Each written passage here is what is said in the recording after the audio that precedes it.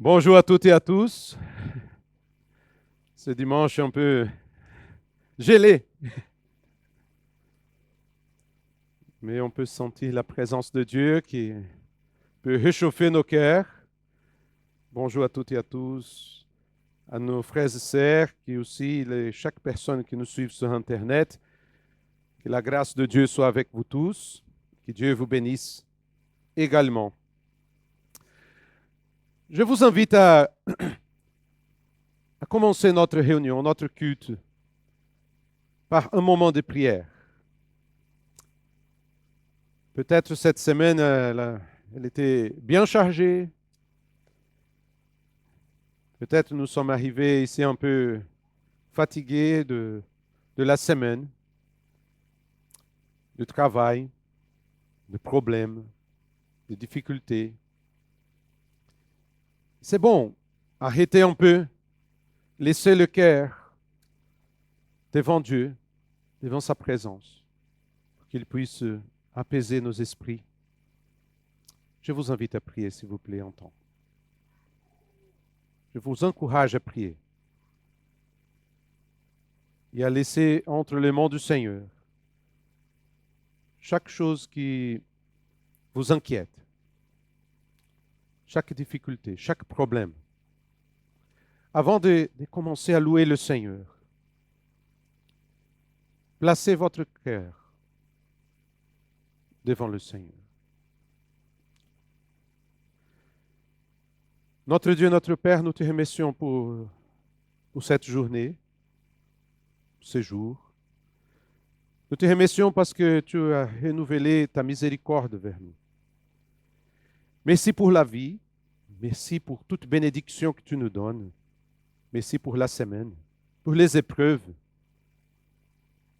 Merci parce que tu aussi nous as délivrés des choses qui peut-être nous ne connaissons pas. Nous n'avons aucune connaissance d'une situation dangereuse, mais tu nous as libérés, tu nous as livrés. Et c'est vraiment une bénédiction de ta part.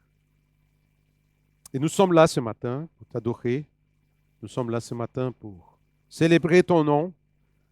Nous sommes là pour dire Hosanna, notre Sauveur. Viens, notre Sauveur. Nous te demandons ta grâce, ta miséricorde. Nous te demandons que ton Saint-Esprit puisse préparer nos cœurs pour entendre ta parole. Et que ce temps d'adoration, de célébration soit un temps béni dans ta présence. Que ton Saint-Esprit puisse agir au milieu de nous. Que ton Saint-Esprit puisse travailler dans nos cœurs pour la gloire de ton nom. On prie aussi pour celles et ceux qui nous suivent sur Internet. On prie pour nos frères et sœurs qui sont malades, qui ne sont pas là avec nous. Et nous te demandons ta grâce. Au nom de Jésus. Amen. Amen. On va chanter. On va commencer à louer le Seigneur. Et on va commencer par ce chant qui dit Hosanna. Hosanna, c'est un cri. Quand les Juifs ont célébré l'entrée de Jésus à Jérusalem, on dit Hosanna au fils de David. C'est un cri, on dit viens Seigneur, sauve-nous Seigneur. On va louer le Seigneur avec ce chant.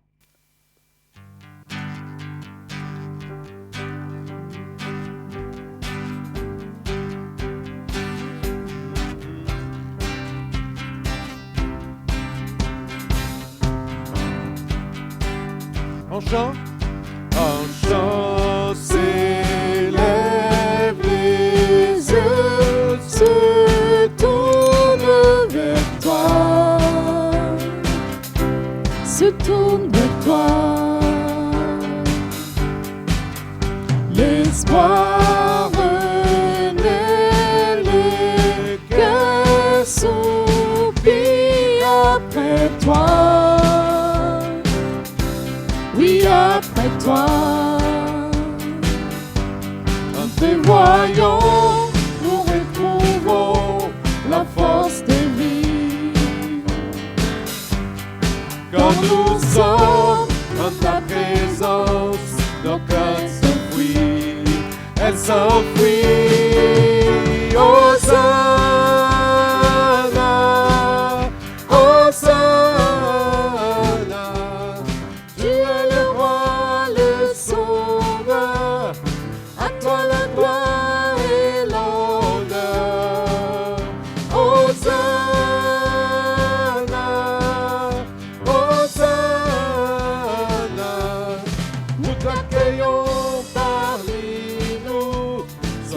bienvenue, oh Jésus.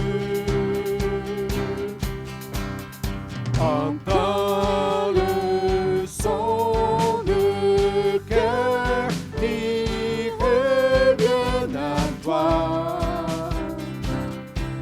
Reviens à toi.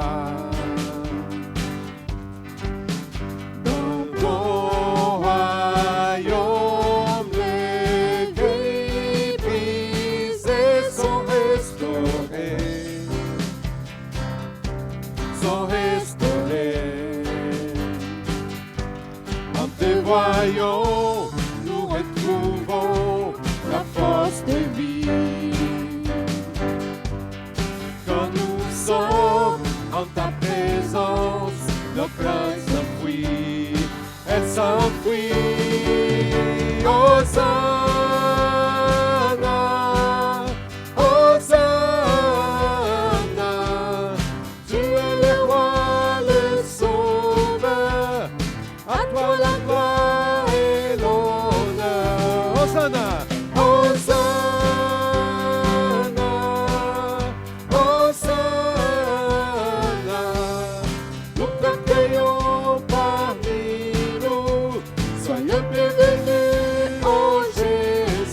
Hosanna, Hosanna,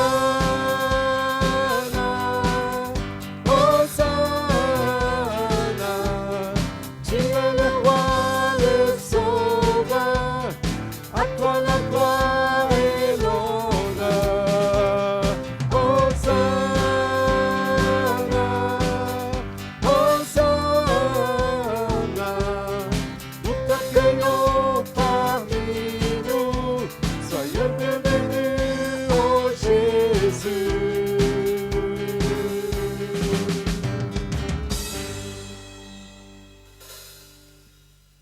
Soyez bienvenus, Seigneur Jésus. Amen. Amen. Le Seigneur est là. Le Seigneur est là. Il faut se rappeler. Le Seigneur est là. Et c'est bon de chanter à notre Dieu parce qu'il est notre Sauveur. Il est un Dieu de miracles. Un Dieu qui chaque jour nous donne des bénédictions.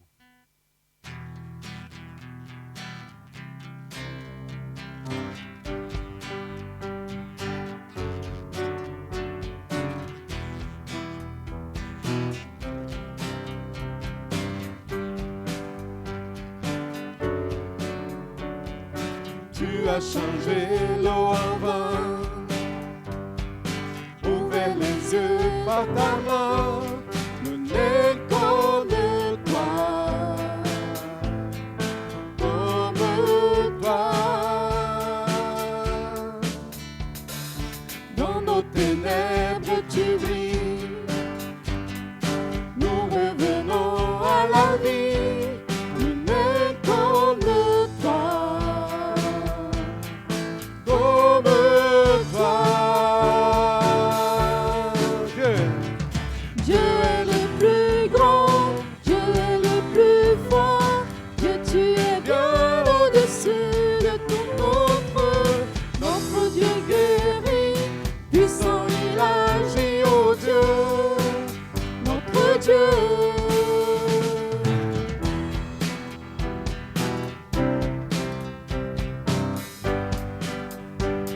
Tu as changé l'eau en vin. Tu as changé l'eau en vin, ouvert les yeux par ta main, nous n'est comme toi, comme toi. Dans nos ténèbres, Dans nos ténèbres tu brilles, nous revenons à la vie, nous n'est comme toi, comme toi. Chantez au Seigneur. Dieu est le plus grand, Dieu est le plus fort, Dieu tu es bien au-dessus de tout autre, notre Dieu guérit, puissant il agit, oh Dieu,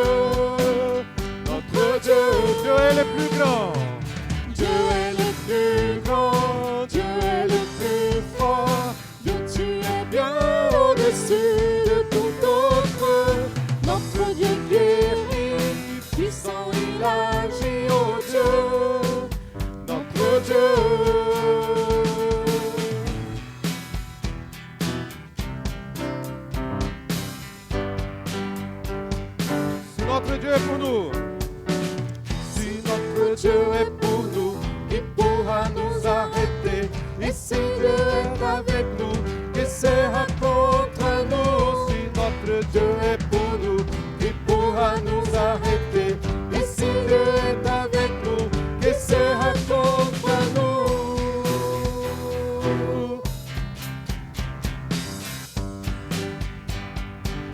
qui sera contre nous?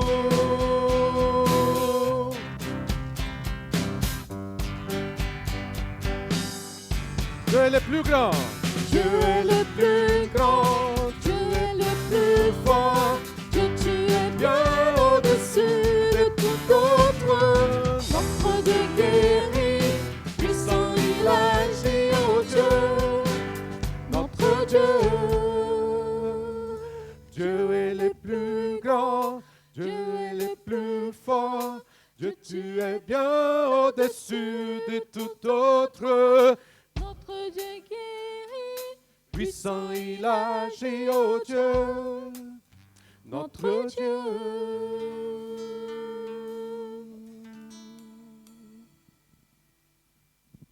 Il est le plus grand, il est le plus fort. C'est pour ça qu'il est notre sauveur. Il peut nous sauver, et il nous a sauvés. Par sa grâce, son amour. C'est lui qui a le pouvoir de, pas seulement de changer l'eau en vin, mais aussi de changer le cœur, de transformer les vies qui étaient brisées, qui est restaurée par sa grâce. Vas d'agir.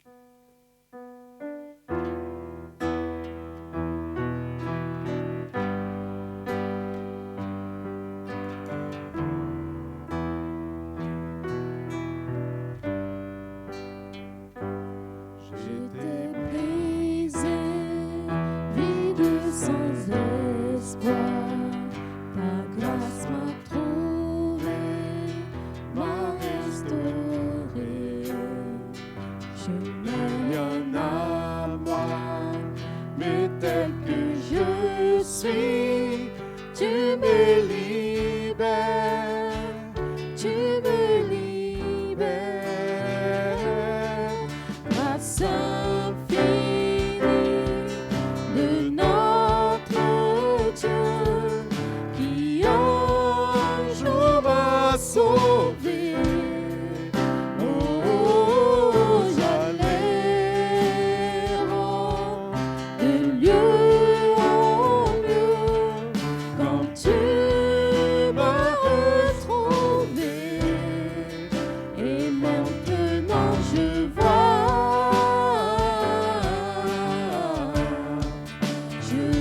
l'amour, la grâce en tes yeux, donnant ta vie pour moi, me ramenant de la mort à la vie.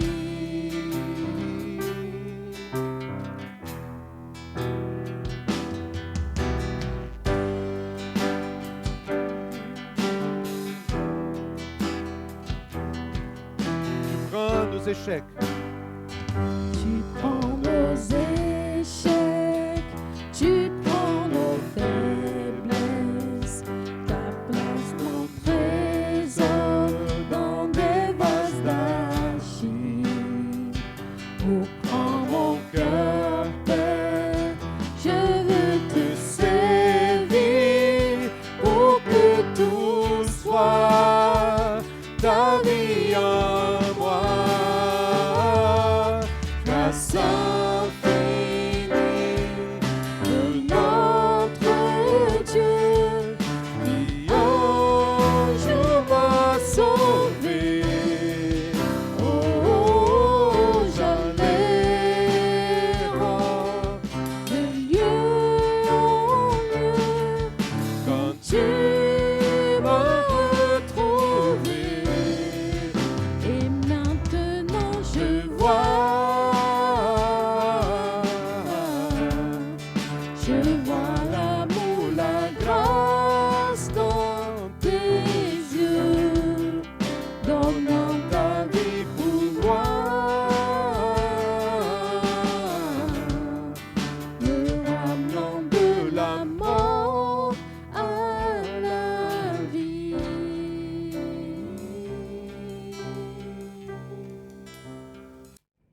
Eh bien, bonjour à tous.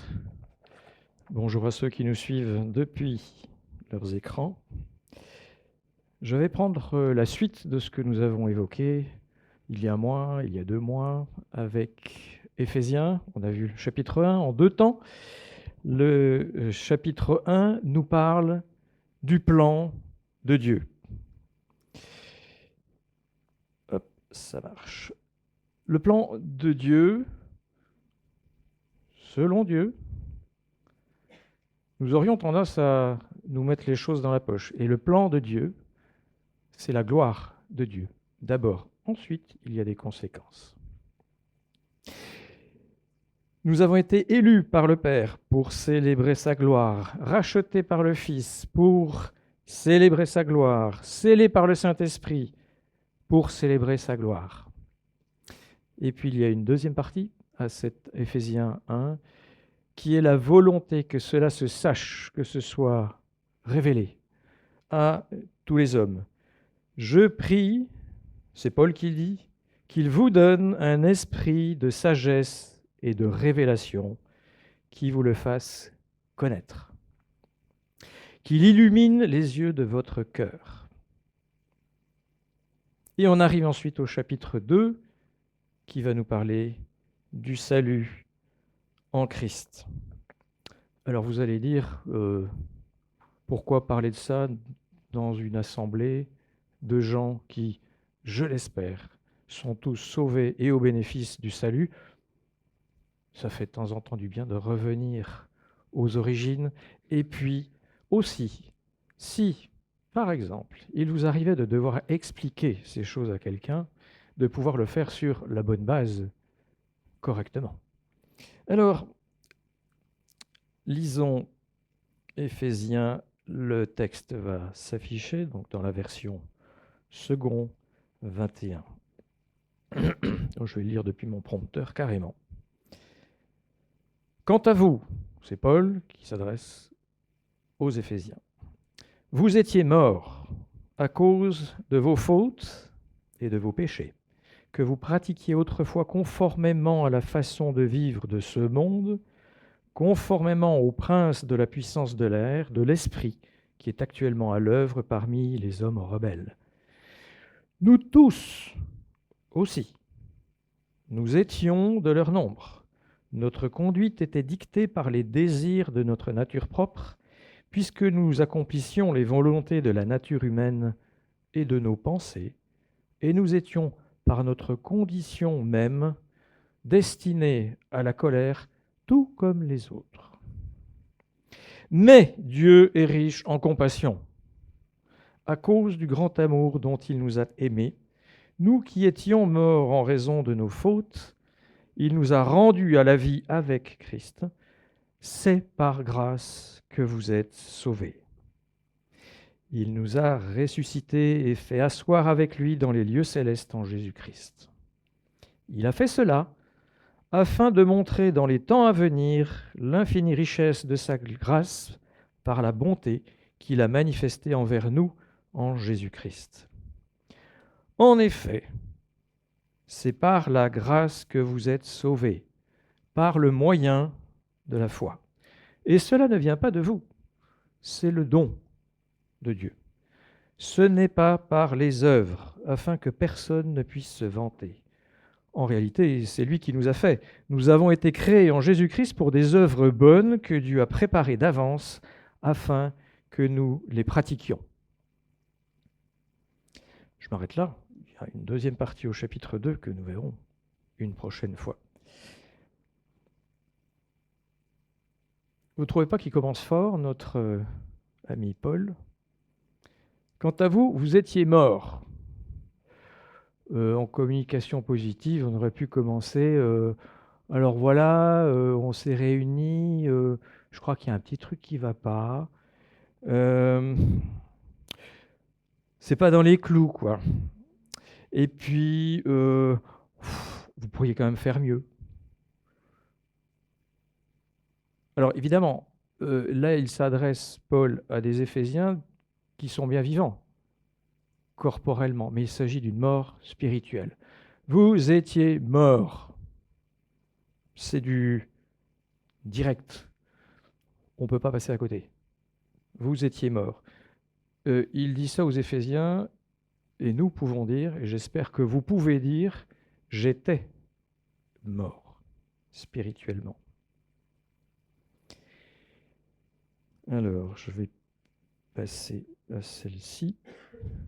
Vous étiez morts à cause de vos fautes et de vos péchés. Et nous avons là, dans les 2 versets qui suivent, 3 origines ou façons de créer, d'être dans le péché. Conformément à la façon de vivre de ce monde. Et ce monde, il est souillé. Donc ce n'est pas le modèle sur lequel Dieu se base pour définir ce qui est bien. Ne serait-ce que se conformer à la façon d'être du temps présent. Deuxièmement, conformément au prince de la puissance de l'air. Il s'agit de Satan. Et l'on se retrouve avec ce que nous avons entendu la semaine dernière, avec Genèse 3, la chute de l'homme, le choix de ces humains qui nous ont précédés de choisir de désobéir. Et depuis, eh bien, c'est Satan qui est le prince de la puissance de l'air, qui pilote ce monde, sous contrôle de Dieu, j'entends bien, mais c'est lui, le prince, et non pas le roi, de ce monde. Une troisième raison, c'est que nous suivions les désirs de notre nature propre, puisque nous accomplissions les volontés de la nature humaine et de nos pensées. Il y a un élément important ici, c'est la question de la nature. On n'a pas un catalogue de péchés. On fait des péchés, oui, mais nous sommes pécheurs. Ces 3 raisons, bien sûr, elles sont intriquées, ça forme un tout, mais ne serait-ce que l'une des 3 aurait suffi pour définir que nous sommes pécheurs.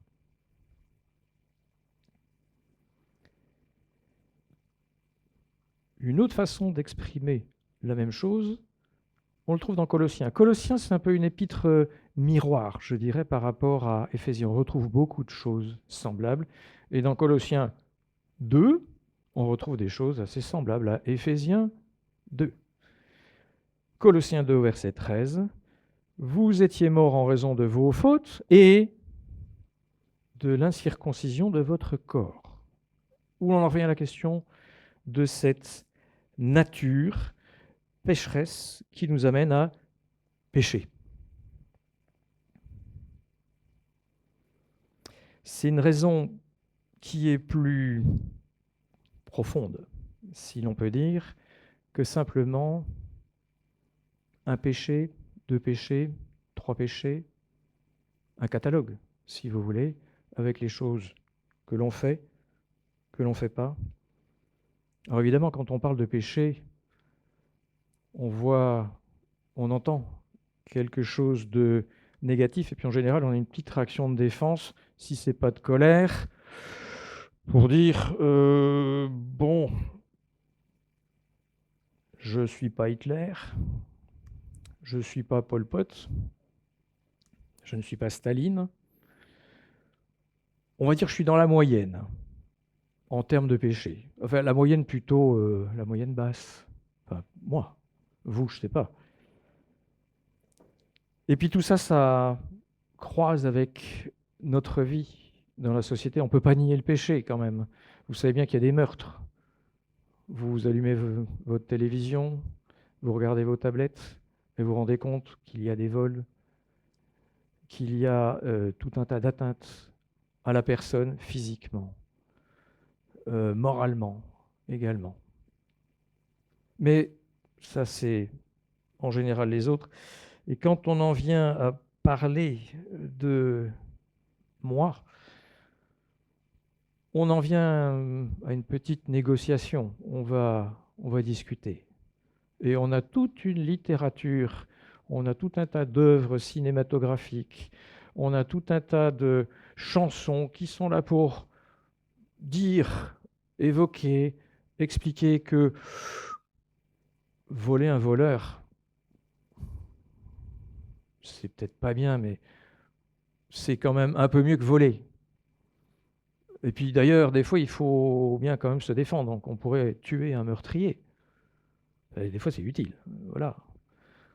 Et puis, enfin, il vous est sûrement arrivé d'être victime d'un mensonge, peut-être. Je ne dis pas que vous avez menti, hein, non. C'est les autres qui mentent. Mais on n'aime pas être victime de mensonges. Et vous allez me dire, c'est tout le monde. C'est peut-être pas si grave puisque c'est tout le monde. Et comme on disait tout à l'heure, c'est dans la moyenne, si vous voulez. Donc est-ce que finalement, est-ce que c'est aussi grave que ça? Parce que si j'étais condamné, alors qu'est-ce qui va être Hitler, hein?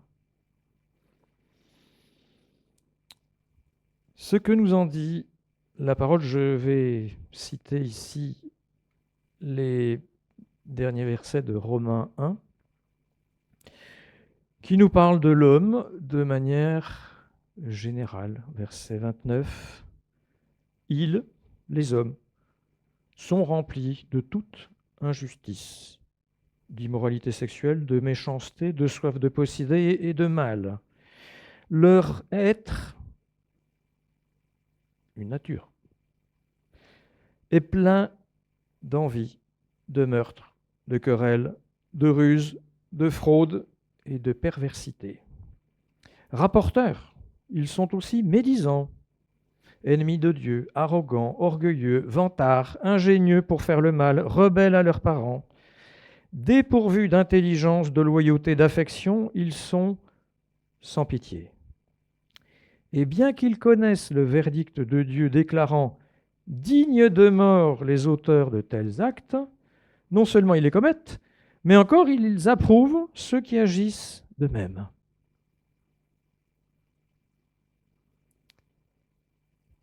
Deux remarques sur ce texte qui est... Là, on a le catalogue. Vous voyez que meurtre... Alors, on va voir ici. Meurtre, par exemple, et querelle sont mis côte à côte. Dans d'autres versions, querelle est exprimée comme dispute. Vous vous êtes déjà disputé? Une fois. Vous êtes morte. Vous avez manqué d'affection? Vous êtes mort. Autant que le meurtrier. Cela vient de notre nature qui nous amène à pouvoir faire tout ça. Alors vous allez me dire, oh, je n'ai pas fait tout ça. Un seul de ces péchés suffit à prouver que nous sommes, que vous êtes pécheurs. Leur être est plein d'envie, de meurtre, de querelle, de ruse, de fraude, de perversité. Alors ne croyez pas qu'il y ait une zone grise entre la zone blanche et puis la zone noire. C'est noir ou blanc. Fait ou pas fait, on est ou on n'est pas. Et ce que nous dit la parole de Dieu, c'est que nous sommes tous, à la base, pécheurs. Il suffit de naître humain. Et on est pécheur. Alors, avec ça, c'est maintenant qu'est-ce qu'il faut faire? Alors on a une réponse, la réponse, je dirais, du monde nous amène à peu près à ça. C'est un petit schéma que j'ai déjà utilisé. La façon dont l'homme, l'humanité, voit les choses quand l'homme se préoccupe d'avoir une relation et d'aller vers Dieu. Oh ben, il y a tout un tas de choses qu'on peut faire. Alors déjà, on va essayer de faire des actions positives, notamment envers ceux qui sont faibles, ceux qui sont pauvres. Ça paraît normal d'aider, de s'entraider. Évidemment, dans le même temps, on va essayer d'éviter des actions négatives, faire la somme, la balance entre tout ça. Ça aboutit avec la question de faire des dons.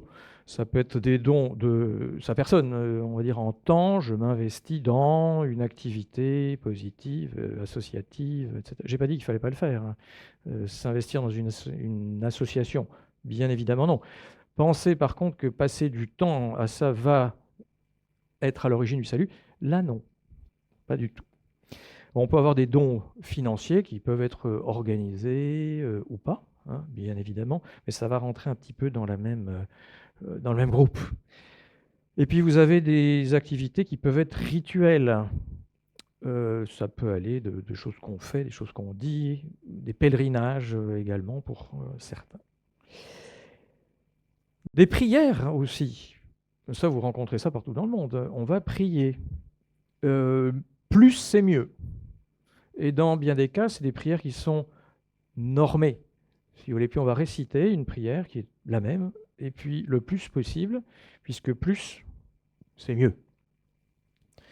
Un autre groupe d'actions, alors là, c'est déjà des gens spécialisés, hein, attention. Contraintes corporelles, on ne va pas les oublier. Alors, on peut jeûner, alors certains un peu, d'autres beaucoup. On peut se taper dessus, flagellation et autres. On peut s'isoler aussi, on peut s'isoler tout seul ou s'isoler en congrégation, si vous voulez. Alors, on va se mettre à part avec d'autres qui font et qui pensent la même chose. Et on est aussi dans une contrainte corporelle. Ça peut être le célibat aussi qui est imposé parce que c'est une contrainte et c'est mieux quand on fait comme ça. Alors bien sûr, vous allez passer par une déclaration de foi, je crois à, etc. Enfin, tout le monde, je dirais, nous aussi bien sûr, mais c'est quelque chose que l'on retrouve. D'ailleurs qu'on retrouve, dites-moi, c'est quelle religion ça ? Tu vois, vous avez la liste, hein, c'est quelle religion ? Toutes. À peu près. Alors, certains s'expriment un peu plus, dans un sens, un peu plus dans un autre, mais le schéma, c'est toujours quelque chose qui, partant de l'homme, essaie de gagner Dieu. Toujours. C'est bizarre, non ? Parce que ce qu'on a lu tout à l'heure, c'est l'inverse. C'est pas l'homme qui monte, c'est Dieu qui descend.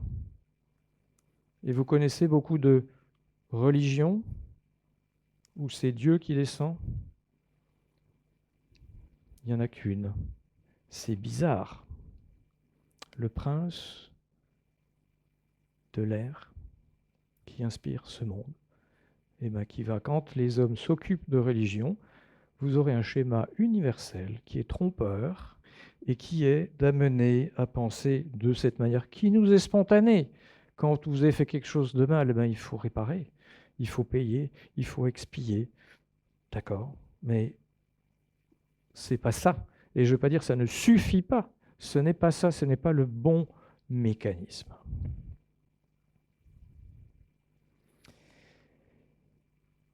La parole de Dieu nous évoque à plusieurs raisons, à plusieurs moments, cette propension intellectuelle, psychologique, si vous voulez, aller dans ce sens. C'est moi qui fais. Les Colossiens 2, on retrouve encore les Colossiens, que personne, par son goût d'une fausse humilité et du culte des anges, ne vous prive de la victoire. Il s'agit du salut. Plongez dans ces visions, un tel homme est sans raison enflé d'orgueil, sous l'effet de ses pensées toutes humaines. Et il ne s'attache pas à celui qui est la tête, c'est-à-dire Christ. Ou encore, un peu plus loin dans Colossiens 2, il est question de ces commandements, ces conseils qui peuvent être donnés. Ils ont en vérité une apparence de sagesse, une apparence, car ils indiquent un culte volontaire, de l'humilité et le mépris du corps. C'est pour ça que je vous ai mis les contraintes corporelles tout à l'heure. Mais ils sont sans aucune valeur et ne servent qu'à la satisfaction personnelle. Et vous trouvez des gens qui sont très satisfaits de leur niveau spirituel parce qu'ils ont fait tout un tas de choses. C'est sans aucune valeur. Et donc, ça ne sert qu'à leur satisfaction personnelle. J'entends bien que si vous vous investissez dans une œuvre de bienfaisance, c'est quelque chose de positif. Et vous allez en retirer, on va dire, un bien personnel, une satisfaction personnelle. Les autres vont vous apprécier, vous louer certainement pour cela. Vous pouvez même avoir le prix Nobel de la paix. Vous pouvez laver les pieds de tous les SDF de Besançon. C'est quelque chose qui va être positif. Mais ça n'a aucune valeur lorsque l'on parle de ce qui est nécessaire pour être sauvé.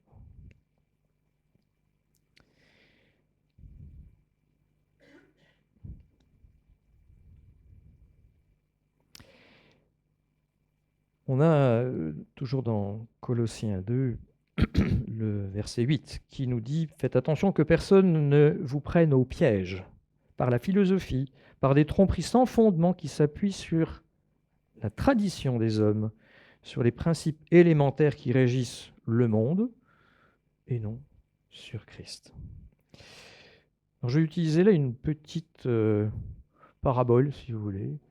C'est de ma création, et ça vaut ce que ça vaut.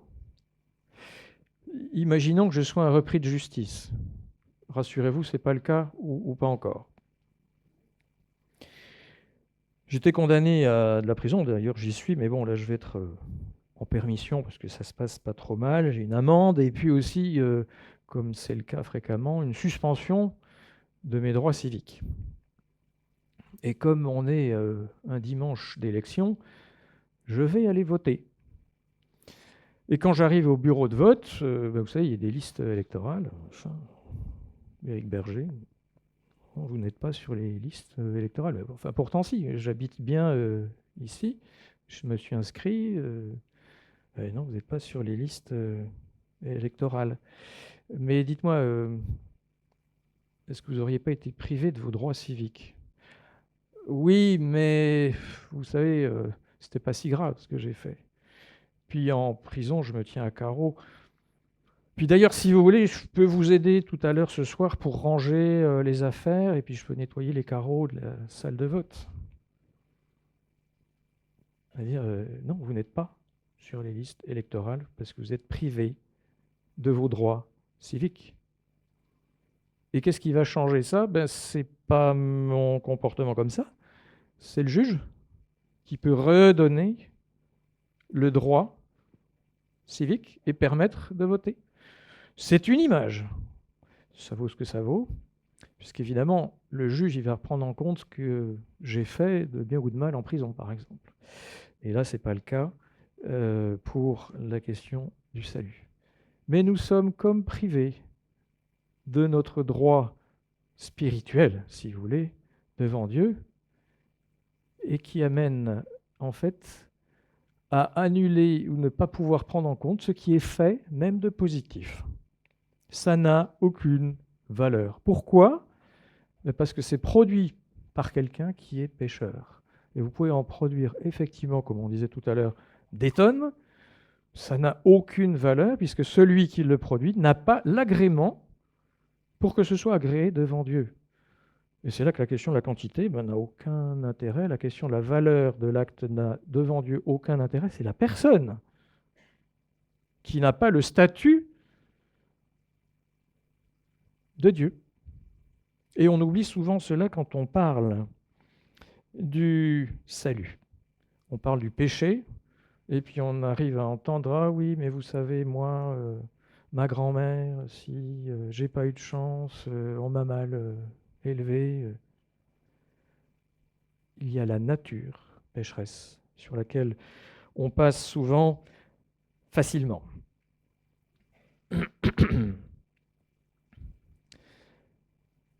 Alors, heureusement, nous avons lu tout à l'heure « Vous étiez morts ». Et non pas « vous êtes ». Vous étiez. Il y a une bascule quelque part.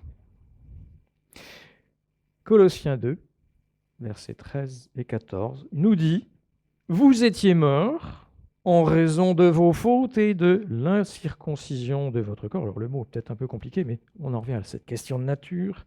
« Il vous a rendus à la vie avec lui. Il nous a pardonné toutes nos fautes, pas 50%. Il a effacé l'acte rédigé contre nous qui nous condamnait par ses prescriptions et il l'a annulé en le clouant à la croix. C'est un verset capital aussi ici, puisqu'il nous montre les choses sous un aspect qu'on va dire juridique. On peut aborder les choses dans un sens moral.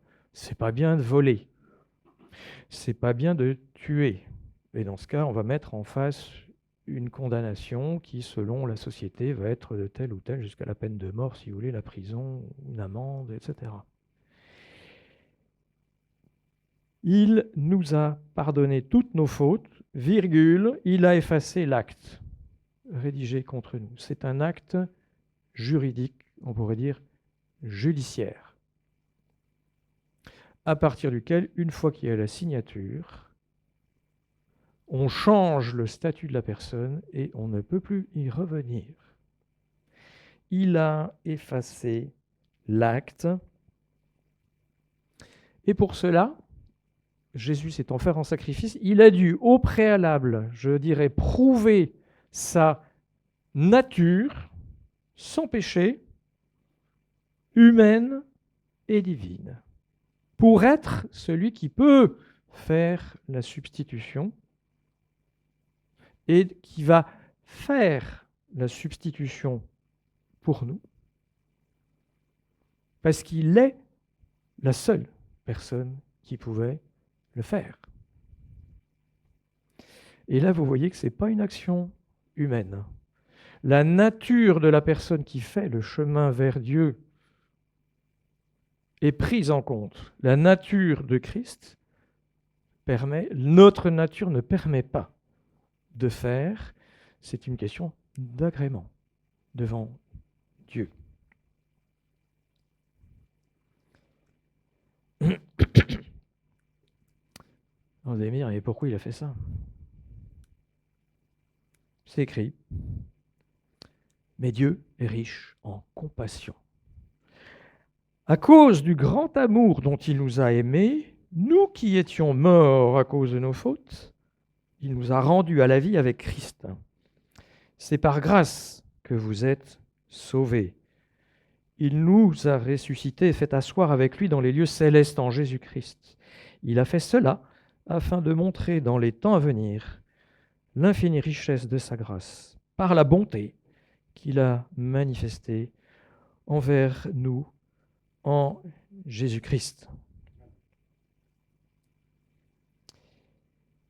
C'est sa nature. Il a fait ça par amour.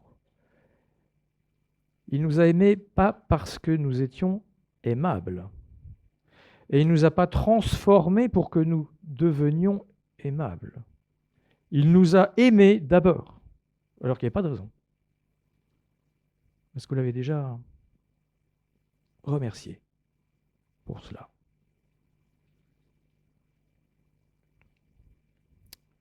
S'il n'y avait pas eu d'amour, est-ce que Dieu nous aurait fait siéger avec lui? Parce qu'il nous a dit qu'il nous a ressuscités et fait asseoir avec lui dans les lieux célestes. On retrouve la question de la gloire et puis de qui glorifie. Le niveau, où il est, c'est quoi sa nature? Il nous a fait asseoir dans les lieux célestes. On en revient effectivement à la gloire de Dieu. Alors, on a entendu beaucoup de dérivatifs, d'erreurs à ce point-là de la discussion. La première qu'on entend souvent, c'est par la foi, c'est par la grâce. C'est trop simple. Apparemment non. Psychiquement, c'est pas simple du tout. Du tout. Il n'y a qu'à voir combien de personnes ont accepté Christ. Rapport à l'humanité entière, c'est une faible proportion. Et sur un simple argument statistique, c'est simple? Non, c'est pas si simple. C'est en fait assez coûteux, parce que ça en revient à dire, moi, reconnaître, je suis pécheur. Ça, on n'aime pas. Non, c'est pas simple du tout. Et puis je suis pécheur, est-ce que je regrette mes péchés? Pas le meurtre que j'ai pas fait, la dispute que j'ai eue, le mensonge que j'ai dit une fois? Est-ce que je le regrette? Et que je suis prêt à confesser que ça a offensé Dieu. Et que moi-même, j'offense Dieu. Alors bien sûr, il y en a qui cherchent une autre voie, qui cherchent un quelqu'un d'autre, parce que c'est embêtant cette façon de voir les choses par la foi, par la grâce. Mais vous voyez un peu le mécanisme. Qui peut faire en sorte de payer le prix d'une façon valable? C'est Dieu qui s'est déplacé. Ce n'est pas un homme, aussi bon soit-il, aussi intelligent, aussi spirituel soit-il. Il n'y a de salut en aucun autre, car il n'y a sous le ciel aucun autre nom qui était donné et par lequel nous devions être sauvés. Aucun autre. Pas la peine de chercher une autre voie. Il n'y en a qu'une, parce qu'il n'y a qu'un Christ. Il n'y a qu'un seul sacrifice. Il n'y a pas deux modes, il n'y a pas un mode mineur, il n'y a pas un mode expert, il n'y a qu'un seul. Parce qu'il n'y a qu'un seul Christ et qu'il n'y a qu'une seule croix. Alors pour faire tout un catalogue de toutes les voies parallèles qui amènent à faire passer à côté, c'est trouver autre chose. Je vais en faire deux complémentaires, c'est par rapport à l'Église et pour ceux qui sont déjà en Christ. Certains ont pu croire que le baptême, c'était ça qui les sauvait, le baptême d'eau. Réponse est non. Le baptême d'eau s'adresse à des gens qui sont déjà sauvés et qui viennent devant l'Église le montrer. C'est un témoignage public, mais le baptême en soi ne sauve pas. Le meilleur exemple que vous avez, c'est ce malfaiteur qui, sur la croix, se tourne vers Christ. Il n'a pas été baptisé. Il aurait pu, mais il est mort avant. Une autre idée qui est peut-être plus subtile, que l'on peut avoir en arrière-fond, c'est maintenant que je suis sauvé, il faut que je fasse quand même des choses bien pour rembourser. Rembourser Christ, rembourser Dieu. Là, fausse route. C'est pas la peine. J'ai pas dit qu'il fallait pas être gentil dans l'Église, mais c'est une autre raison. Mais si vous pensez qu'être gentil dans l'Église ou faire le ménage, par exemple, non, ça ne vous permettra jamais de rembourser Christ. Et il n'a jamais été question de le rembourser. Vous ne pouvez pas. Le prix à payer, il n'y a que Dieu qui pouvait le payer. Alors il y a aussi une manœuvre intéressante. C'est-à-dire, vous étiez morts. Et Paul s'adresse aux Éphésiens, mais il va dire, comme la phrase est tournée, mais est-ce que vous, ce n'est pas tout le monde. Est-ce que Dieu est amour? Et à ce moment-là, n'importe quel humain pourrait être au bénéfice, peut-être même sans le savoir. Il y a des gens d'ailleurs qui n'ont pas la Bible, qui ne savent pas tout ça, etc., etc. C'est une autre question qui n'est pas simple, j'entends bien. Vous connaissez un certain Paul Naref? On ira tous au paradis, qu'on soit béni ou qu'on soit maudit. Ça date il y a quelques années, voilà. Peut-être la jeune génération connaît moins. Alors c'est un bon chanteur, mais c'est un très mauvais théologien. Catastrophique. Non, c'est catastrophique parce qu'il envoie un faux message. Alors, c'est poétique, tout à fait. La Bible nous dit le contraire. Je cite ici deux versets que vous connaissez, je pense. Jean 3, verset 36. Celui qui croit au Fils a la vie éternelle. Celui qui ne croit pas au Fils ne verra pas la vie. Il est mort et il reste mort. Mais la colère de Dieu reste au contraire sur lui. Et donc il y avait une séparation et ce n'est pas tous les hommes qui vont aller au paradis. Encore dans Romains 2, verset 5, par ton endurcissement et ton refus de te repentir, tu t'amasses un trésor de colère pour le jour où Dieu révélera sa colère et son juste jugement. Il y a une séparation claire, qu'une seule voie, et c'est oui ou non. Il n'y a pas d'autre moyen, mais ne pas saisir par la foi. Le salut en Christ, c'est rester dans l'état mort. Et c'est plus vous étiez mort, c'est vous êtes mort. Et je dirais malheureusement, l'enfer va être peuplé, entre autres, de croyants qui auront cru, mais dans autre chose que Christ. Et c'est la seule voie. Qui auront peut-être entendu parler de Christ, mais qui ne se seront pas repentis. Des croyants qui auront cru qu'en faisant beaucoup de choses positives, religieuses, spirituelles, eh ben, ils vont mériter le salut. Mort. Et ils restent morts. Tu t'amasses un trésor de colère pour le jour où Dieu révélera sa colère et son juste jugement.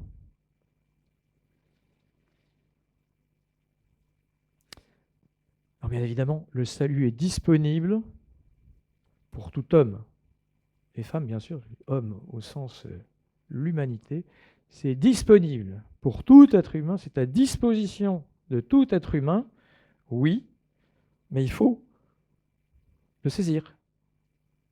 Et c'est pour ça qu'il n'est saisi que par certains, pour la démarche que l'on vient d'expliciter.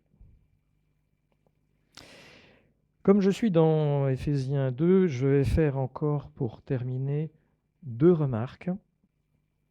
La première, sur les 2 derniers versets. Il y a un paradoxe. Puisqu'il est question du salut, ce n'est pas par les œuvres afin que personne ne puisse se vanter. En réalité, c'est lui qui nous a fait. Nous avons été créés en Jésus-Christ pour des œuvres bonnes que Dieu a préparées d'avance afin que nous les pratiquions. Mais il ne sait pas ce qu'il veut là. Il ne faut rien faire, verset 9, ce n'est pas par les œuvres. Et puis au verset 10, nous avons été créés pour des œuvres bonnes. Oui, ce qu'il y a, c'est qu'entre les 2 versets, il y a un changement de statut. C'est-à-dire que ce n'est pas par les œuvres, et vos œuvres avant d'être en Christ, ça ne vaut rien. Et après, nous avons l'agrément pour que les œuvres que nous allons faire, les œuvres bonnes, soient agréables à Dieu. Et on va retrouver la question de célébrer sa gloire, célébrer la gloire de sa grâce, etc., etc. Et c'est uniquement là que les œuvres sont bonnes parce qu'elles sont agréées.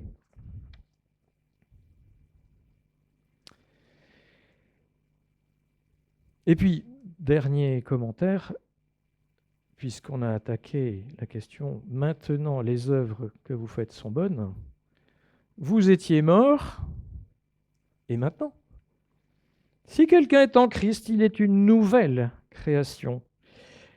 Je commande tout de suite, il y a une nouvelle créature, ce n'est pas une évolution de la nature d'avant.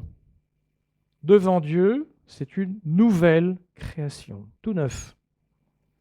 Et tout cela vient de Dieu qui nous a réconciliés avec lui par Jésus-Christ et qui nous a donné le ministère de la réconciliation. Dérivé sur ministère, c'est-à-dire que ce que j'ai là, ce serait bien d'en parler parce que c'est quand même formidable. Là encore, on en vient à cette question de nature. Nous sommes transformés et une nouvelle création. C'est un élément important quand, maintenant, dans l'Église, entre chrétiens, nous allons nous considérer les uns les autres dans des activités, des œuvres bonnes. Nous avons une nouvelle nature. Elle est basée sur quoi? Bien sûr, Christ. Ça fait combien de natures différentes, ça? 40, 2, 100, autant qu'il y a de personnes. Il y a une seule nature. Et nous sommes tous de la même nature. Ça n'est plus basé sur des valeurs de diplôme, de quantité de péché qu'aurait fait l'un ou l'autre. Nous sommes à égalité de nature, et je raccroche avec ce que nous évoquons de manière générale de réunion en réunion, la même autorité devant Dieu, déjà pour nous exprimer devant Dieu. Si quelqu'un dit gloire à Dieu, ça a la même valeur qu'un autre. Et dans l'Église, nous avons la même valeur pour nous exprimer. Vous êtes tous fils de Dieu par la foi en Jésus-Christ. En effet, vous tous, et j'espère que personne ne pense tous moins un, c'est-à-dire moi, qui avez été baptisés en Christ, vous vous êtes revêtus de Christ. Il n'y a plus ni juif ni non-juif, il n'y a plus ni esclave ni libre, ni homme ni femme, car vous êtes tous un en Jésus-Christ. Nous avons la même légitimité devant Dieu, quel que soit notre passé, notre être intérieur, égalité, parce que nous avons la même nature et que cette nature est en Christ. Alors, qui peut dire maintenant « j'étais mort » ? J'étais. Je vous laisse y répondre, bien sûr, intérieurement. Si vous pouvez le dire, louez le Seigneur. Si quelqu'un ne peut pas le dire, c'est qu'il est mort. Ce que je ne souhaite à personne, parce que la colère des dieux, c'est quelque chose. Dieu nous offre la vie par son Fils, Jésus-Christ. Vous la voulez ? Alors à ce moment-là, il faut que vous reconnaissiez vos péchés avec le sentiment qui va avec, c'est-à-dire la honte devant Dieu. Que votre nature pécheresse est une offense directe, absolue, une offense à Dieu. Bien sûr que vous en repentiez et que vous demandiez l'application du rachat que Jésus-Christ a déjà fait, qu'il met à votre disposition. Bien sûr, il faut reconnaître que ce qu'il a fait est ce qu'il fallait faire et que c'est suffisant. Si vous pensez que c'est la moitié de ce qu'il faut faire, non. Mais si vous reconnaissez que Christ a tout fait ce qui était la seule chose à faire, dites-le lui. On en revient au verset que citait tout à l'heure Gilson. Il y a le sentiment intérieur et la confession en public, si tu dis publiquement, etc. Amen. Prions encore. Seigneur, nous voulons te remercier parce que nous pouvons dire « j'étais mort ». J'étais mort, effectivement, parce que ma nature m'a condamné. J'étais condamné. Seigneur, nous te disons merci et gloire à Dieu pour tout cela, et les mots sont faibles devant ce que tu as fait. Seigneur, je te prie aussi pour tous ceux qui nous voient, qui nous écoutent, qui sont ici, qui peut-être n'ont aucune certitude et ne peuvent pas dire « j'étais mort ». Eh bien Seigneur, je te les remets pour que ta grâce les touche. Dans le nom de Jésus. Amen.